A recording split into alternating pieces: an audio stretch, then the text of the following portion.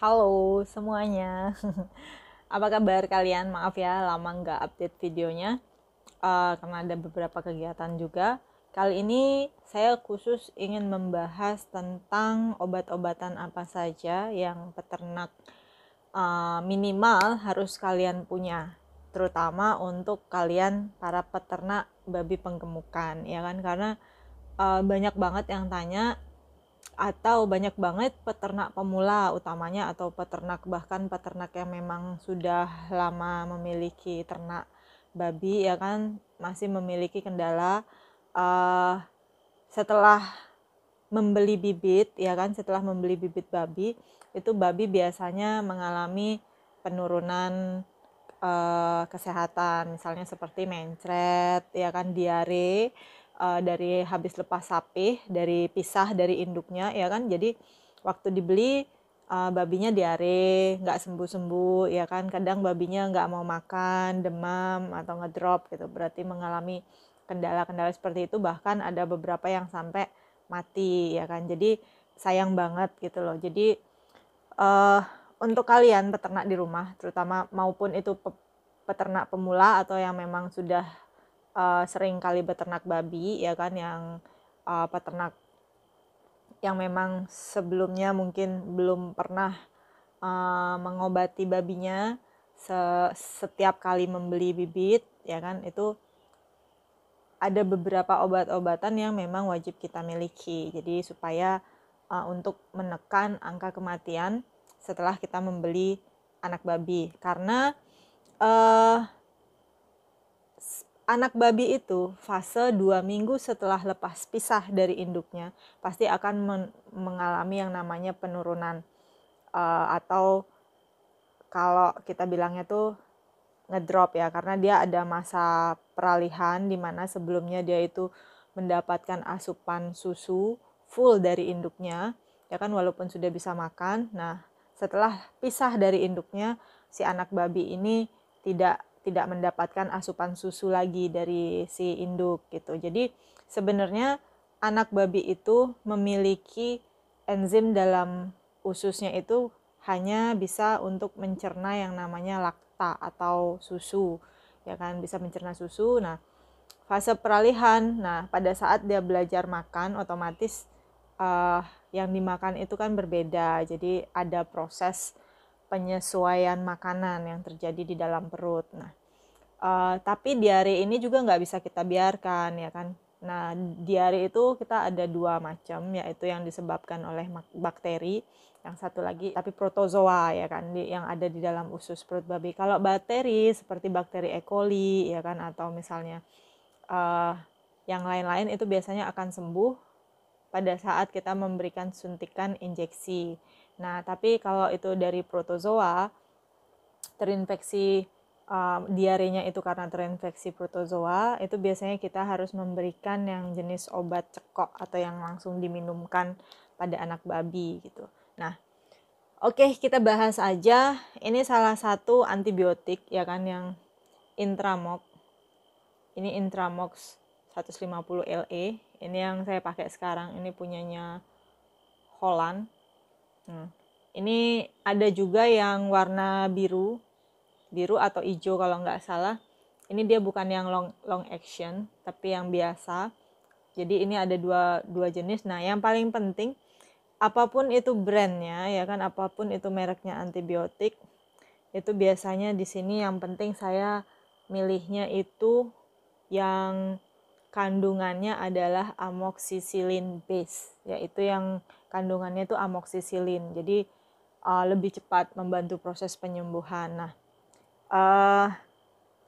standar awal pada saat kalian memasukkan anak babi yang baru dibeli ke kandang itu sebaiknya, ya, itu kalau di kandang saya, ya kan, kita nggak tahu yang untuk kandang-kandang lainnya, tapi itu untuk di kandang saya dan untuk anggota peternak kita, itu saya selalu sarankan untuk menyuntikkan antibiotik yang mengandung amoxicillin base dan juga multivitamin. Jadi ini dipadukan, disuntiknya kanan kiri, ya kan. Dan untuk dosisnya, untuk anak babi lepas sapih itu biasanya 2 cc atau 2 mili per ekor babi. Jadi kanan, yang ini di sebelah kanan misalnya 2 cc di sebelah kanan sini, yang ini 2 cc di sebelah sini.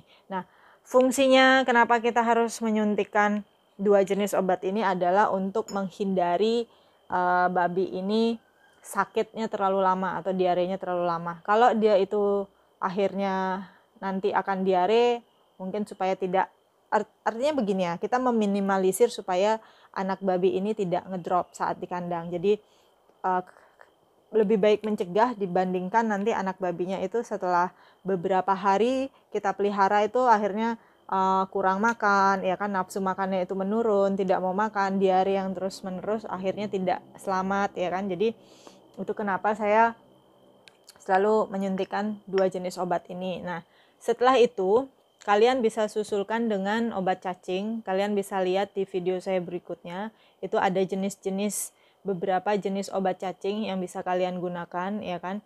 Itu biasanya seminggu setelah anak babi masuk ke kandang. Karena apa? Kita tidak pernah tahu bagaimana perlakuan di kandang pembibitan ya, apakah obatnya itu sudah lengkap atau seperti apa. Nah, tentunya kalau ini menurut saya, tentunya ada masa stres ya kan, antara perpindahan kandang atau peralihan kandang dari kandang sebelumnya ke kandang baru. Jadi itu kenapa saya menyuntikkan antibiotik dan vitamin untuk mendukung atau menjaga untuk menjaga kesehatan si anak babi ini gitu. Nah, karena banyak banget teman-teman yang tanya, saya habis beli kucit, ya kan, saya habis beli anak babinya diare, nggak berhenti atau mati. Nah, sebaiknya kalian mempersiapkan dua jenis obat ini. Setiap kali kalian membeli bibit babi dari manapun itu, kalian suntikkan kedua obat ini. Ini basicnya atau dasarnya, ya kan. Nah, setelah itu kalian bisa ulangi dengan menyuntikkan obat cacing seminggu setelah babi itu masuk, atau kalau memang dirasa kurang sehat babinya, kalian bisa kembali menyuntikkan Badara atau Verdek, kalian bisa menambahkan itu.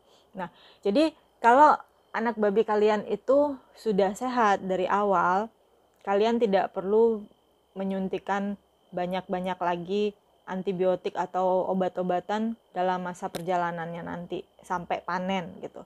Apalagi kalau memang makanan yang kalian berikan itu yang memang pakannya bagus gitu loh, yang memang layak pakan, ya kan, yang sehat, ya kan, seperti pemberian konsentrat, tepung jagung yang bagus, disertai premix. Nah, itu biasanya lancar dan juga didukung dengan genetik babi yang bagus gitu loh. Jadi perlu kita ketahui di sini sebagai peternak, semakin bagus genetik babi yang kita miliki, itu babinya akan semakin rentan terhadap yang namanya penyakit.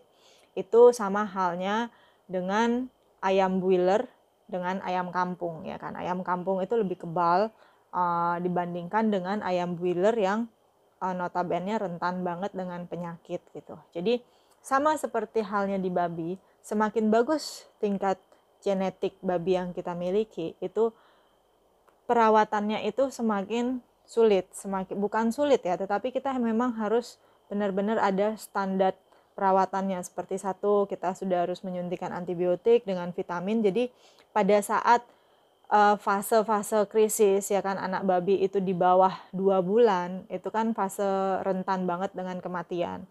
Itu kita harus benar-benar menjaga sistem kekebalan tubuhnya. Nah, kalau sistem kekebalan tubuhnya itu sudah terbentuk dengan baik dari saat dia kecil, maka perjalanan seterusnya sampai nanti dia panen menjadi babi potong itu tidak akan terlalu sulit atau terlalu banyak membutuhkan perawatan gitu ya.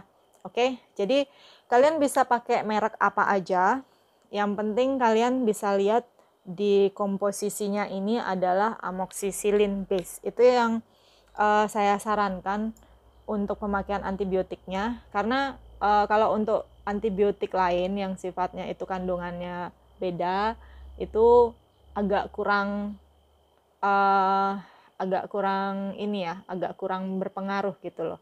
Jadi itu biasanya kalau antibiotik lain saya biasanya gunakan untuk kastrasi atau mengebiri ternak itu bisa, atau misalnya kalau ini amoksisillinnya tidak selesai juga diarenya, baru saya coba untuk antibiotik yang kandungannya beda gitu. Tapi biasanya yang sudah saya alami di kandang, jika 2 obat ini sudah kita gunakan, itu biasanya meminimalisir tingkat kematian. Nah, jika setelah pemakaian 2 obat ini, anak babi yang kita miliki itu kembali diare dan demam, itu beda lagi obatnya, yaitu kita bisa mengaplikasikan amoksisilin ini dengan obat demam, seperti misalnya ada dexathosone, ya kan, anti radang, dan juga ada atau dengan analdon. Analdon itu obat demam gitu. Jadi biasanya lebih cepat.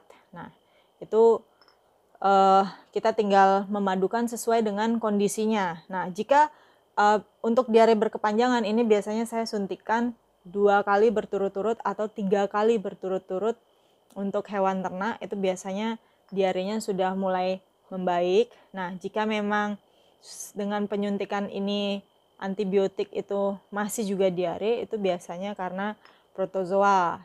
Oke, jadi itu aja bahasan kita kali ini. Jenis obat apa aja yang wajib kalian punya di peternakan kalian, terutamanya kalian para peternak pemula, untuk meminimalisir tingkat kematian anak babi kalian, yang terutama yang baru kalian beli, ya kan, karena sayang banget kan, sudah beli mahal-mahal, anak babinya mati, ya kan, terus bingung mau suntikin apa. Ini adalah obat-obatan yang kita pakai di Ria Farm. Oke, see you. Semoga informasi ini bisa membantu buat kalian. And sampai ketemu di video saya berikutnya. Jangan lupa di subscribe ya, and ditekan tombol loncengnya, jadi nggak ketinggalan dengan video-video saya berikutnya. Bye-bye. Salam peternak babi dari Bali.